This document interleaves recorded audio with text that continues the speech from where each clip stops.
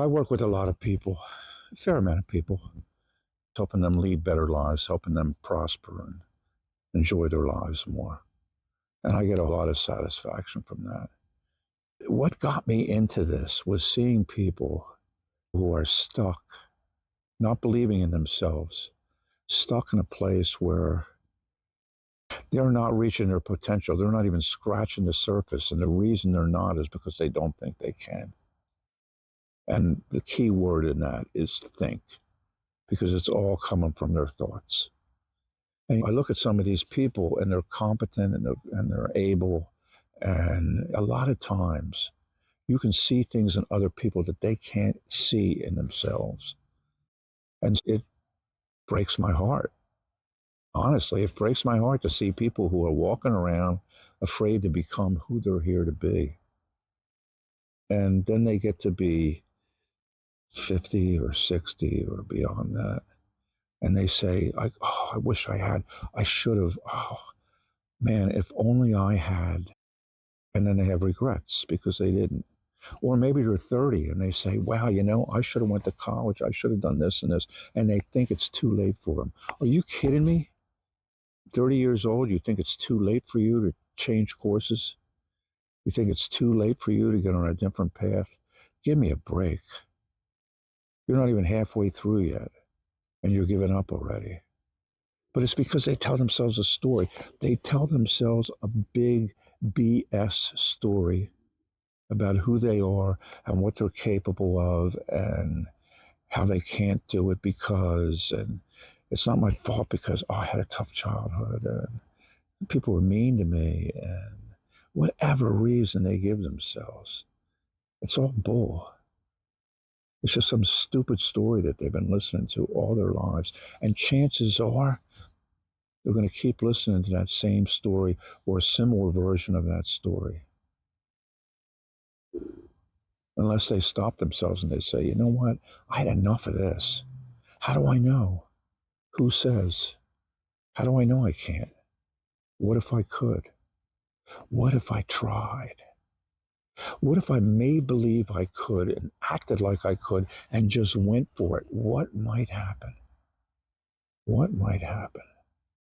But I think a lot of people don't ask themselves that because they're caught in the trap of listening to the same old stale story about who they aren't and why they can't be. And it really is heartbreaking. It really is heartbreaking because I'm not talking about a handful of people. I'm talking about most people here. I'm talking about most people who go through life settling for what life gives them. And okay, maybe Prince Charming comes along and takes you off on a white horse and gives you a wonderful life. Maybe you hit the lottery. Maybe a lot of things could happen, and maybe they will. But for the most part, what we get in life is our responsibility. It's our choice. It's up to us. And if we don't go get it, ain't nobody going to give it to us. And that's the truth for most of us. And so you just have to get to a point where you say to yourself, is this track that I'm on, is this person that I am all I'm going to be, or do I want more? Do I want more? Do I deserve more? Can I get more? And how bad do I want it? And asking yourself these kinds of questions are really a helpful, cathartic thing to do. Most people won't do it. But you know what? You come talk to me because I'll ask you those questions. And you don't have to answer to me. I'll ask you those questions rhetorically so you can just consider them. You can just consider them. I don't need to hear the conversation you're having with yourself. I mean, if you want to share it with me, that's great.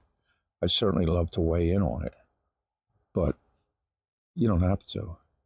That's the thing about being a hypnotist. It's really kind of interesting because it's good sometimes to know some of the details of what somebody's going on with. But if they don't really trust you or they're ashamed or they're embarrassed or they don't feel like telling you, 99% of the stuff I do with people, I don't have to know the content.